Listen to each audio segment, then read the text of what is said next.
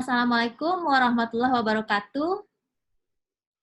Waalaikumsalam. Waalaikumsalam warahmatullahi wabarakatuh. Bismillahirrahmanirrahim. Alhamdulillah, Bapak dan Ibu, mahasiswa program studi Magister Teknologi Pendidikan yang hari ini mengikuti penjelasan teknik penelitian tesis magister.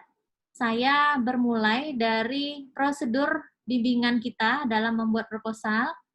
Hal yang kita pahami bahwa ini adalah sebuah kompetisi, sehingga yang menjadi poin utama merupakan kedisiplinan kita dalam mengikuti aturan di dalam buku panduan Simlitakmas, halaman 45-46. Kemudian kedisiplinan kita mengikuti aturan tanggal mainnya. Misalnya kita disuruh upload tanggal sekian, ya kita upload. Baru yang ketiga masuk pada kontennya, proposal yang ingin dibuat. Jadi kalau Pak Lili bertanya, Bu, ini persaingannya ketat. Bagi saya persaingannya ketat buat diri kita sendiri. Karena kedisiplinan lah yang banyak menentukan seseorang itu menang, bukan pada konteks intelektualitas atau logika. Kenapa? Karena banyak orang cerdas, banyak orang yang IQ-nya tinggi, tapi masuk ke Simlitakmas belum tentu bisa. Kenapa? Itu tadi, ada step-step yang harus dilalui. Nah, mudah-mudahan kita bisa bersinergi, karena kolaborasi merupakan kecerdasan abad 21 yang harus kita lakukan, sehingga kita bisa saling berbagi ilmu. Itu pendahuluan dari saya, dan Alhamdulillah Pak Suryadi nanti sekitar setengah jam lagi datang, memberikan kita support dan juga pembukaan. Namun beliau masih di luar, jadi saya memulai saja ke teknis pembuatan proposal. Nah, Bapak dan Ibu, saya sudah share di grup WA template penelitian kita. Ini ada beberapa poin di dalamnya. Ya. Pertama, ringkasan penelitian tidak lebih dari 500 kata yang berisi latar belakang. Kemudian tujuan, tahap, metode, luaran yang ditargetkan, serta TKT penelitian yang diusulkan. Nah, TKT ini tingkat kesiapan terapan teknologi. Nanti juga saya share ada beberapa penjelasan tentang ini khusus. Nah, ini ringkasan, Bapak silahkan buat di sini. Bagi yang hari ini baru punya judul, nggak apa-apa, dibuat saja. Kata kuncinya apa, lalu latar belakang masalah. Tidak lebih dari 500 kata. Ini yang tadi saya maksud, kedisiplinan kita dalam mengikuti aturan. Kalau dia bilang 500 kata, berarti ya 500 kata. Jangan sampai 700, karena ketika 700 sudah masuk tong sampah.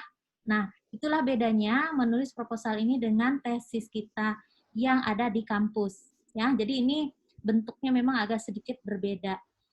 Tujuan tinjauan pustaka tidak lebih dari 1000 kata dengan mengumpulkan state of the art dan peta jalan penelitian kita. Ada bagian roadmap dibuat dalam JPEG yang kemudian disisipkan dalam isian ini. Sumber pustaka yang primer, relevan, diutamakan 10 tahun terakhir, ya, jurnal-jurnal dan bukunya yang terbaru. Nanti saya akan memberikan contoh proposal yang utuh. Setelah paparan ini kita share lewat grup saja. Nah, metode adalah cara untuk mencapai tujuan. Ini tidak lebih dari 600 kata, dilengkapi dengan diagram alir penelitian yang menggambarkan apa yang sudah dilaksanakan dan yang akan dilaksanakan. Ini formatnya juga seperti tadi ya, file JPEG. Nah, bagian ini harus utuh, terlihat jelas dari awal, bagaimana prosesnya dan luarannya. Seperti apa indikator pencapaian yang ditargetkan. Di sini juga nanti kita akan menulis apa tugas dari masing-masing anggota. Saya tugasnya apa, Ibu apa, ini di dalam bab bagian metode. Lalu jadwal, ini kita ambil 1 tahun saja, ya, yang kedua ketiga tidak usah diisi, karena PTM itu hanya 1 tahun. Lalu daftar pustaka, ini sesuai dengan sistem nomor 1, 2, 3. Jadi tidak berdasarkan abjadnya pengarang. Ini sepintas tentang template, Bapak dan Ibu, kalau sudah ada judulnya, atau bahagian dari latar belakang masalah, saya berharap kita bisa kolaborasinya di dalam media Google Doc. Mudah-mudahan ada yang sudah pernah menggunakan ya. Jadi nanti ada Google Doc, dimasukkanlah ke sana konsep yang Bapak Ibu sudah punya. Entah itu baru judul, entah itu sudah latar belakang. Nanti saya masuk di situ. Jadi kita bertiga sama Pak Suryadi. Saya, Pak Suryadi, misalnya Pak Lili, masuklah ke Google Doc. Lalu nanti saya akan melihat dan barangkali ada yang perlu saya edit atau tambahkan, kita langsung bekerja di situ. Mungkin itu tawaran dari saya karena kita bersifat daring, ya, tidak ada pertemuan tatap muka, jadi memanfaatkan media yang ada, kita bisa WA group, bisa juga lewat Zoom seperti ini kalau kita butuh untuk bicara secara langsung ya, tanya jawab begini, diskusi, dan menggunakan Google Doc. Saya sangat senang sekali menggunakan Google Doc ini karena di saat bersamaan kita bisa saling menulis. Ya boleh Pak Lili di Kuningan, Bu Enok di mana? Bapak Toha sama Mbak Tias selamat datang. Kita lanjut ya. Nah, bisa Mbak Tias di rumah sambil ngetik, saya di rumah saya sambil kita masukkan referensi. Dan itu berarti punya Google Doc-nya masing-masing. Mbak Tias punya sendiri, Pak Toha sendiri, Bu Enok sendiri, Pak Lili sendiri. Nah, di situ kami masuk. Mudah-mudahan sebelum tanggal 8 proposal kita sudah jadi, sehingga pada saat pelatihan nanti kita bisa mengajukan ke reviewer. Nah, apa gunanya reviewer? Supaya bisa menilai proposal kita ini layak tidak. Lalu kekurangannya apa?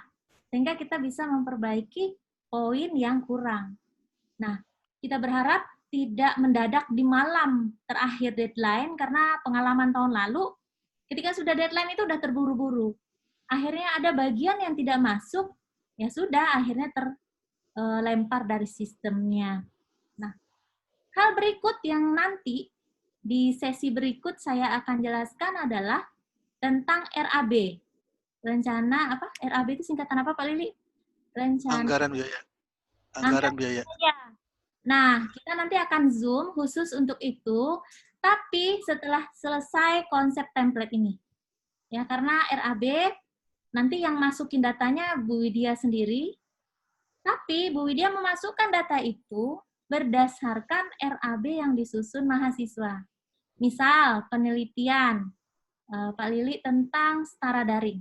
Butuh dananya berapa? ATK berapa? Lalu untuk narasumber berapa? Itu ada rinciannya, kira-kiranya kita perkirakan berapa habisnya dengan maksimal 60 juta itu, lalu lapor ke Bu Widya, ini Bu rincian saya. Nah, Bu Widya yang masukkan ke sistem. Gitu. Ada beberapa istilah nanti di RAB yang harus kita pahami. Misal, saya sebagai dosen itu tidak digaji honor. Tidak ada honornya. Yang ada adalah narasumber. Jadi nanti Bu Widya diskusi dengan teman-teman, hari ini pun itu sudah masuk ke dalam laporan harian kita. Dan ada honornya, tapi honor bukan untuk peneliti, bukan untuk dosen ya, tetapi narasumber. Nah, penggunaan kata-kata itu nanti kita spesifik di bagian RAB. Perkiraan saya ada 2 kali Zoom, kita ketemu nanti yang maksimal 40 menit lah ya. Ini pertama dan yang kedua tentang RAB. Begitu, Bapak dan Ibu silahkan kita diskusi satu persatu. Saya akan tanya progresnya hari ini sampai di mana. Kita mulai dari siapa dulu nih? Siapa? Saya mau bertanya.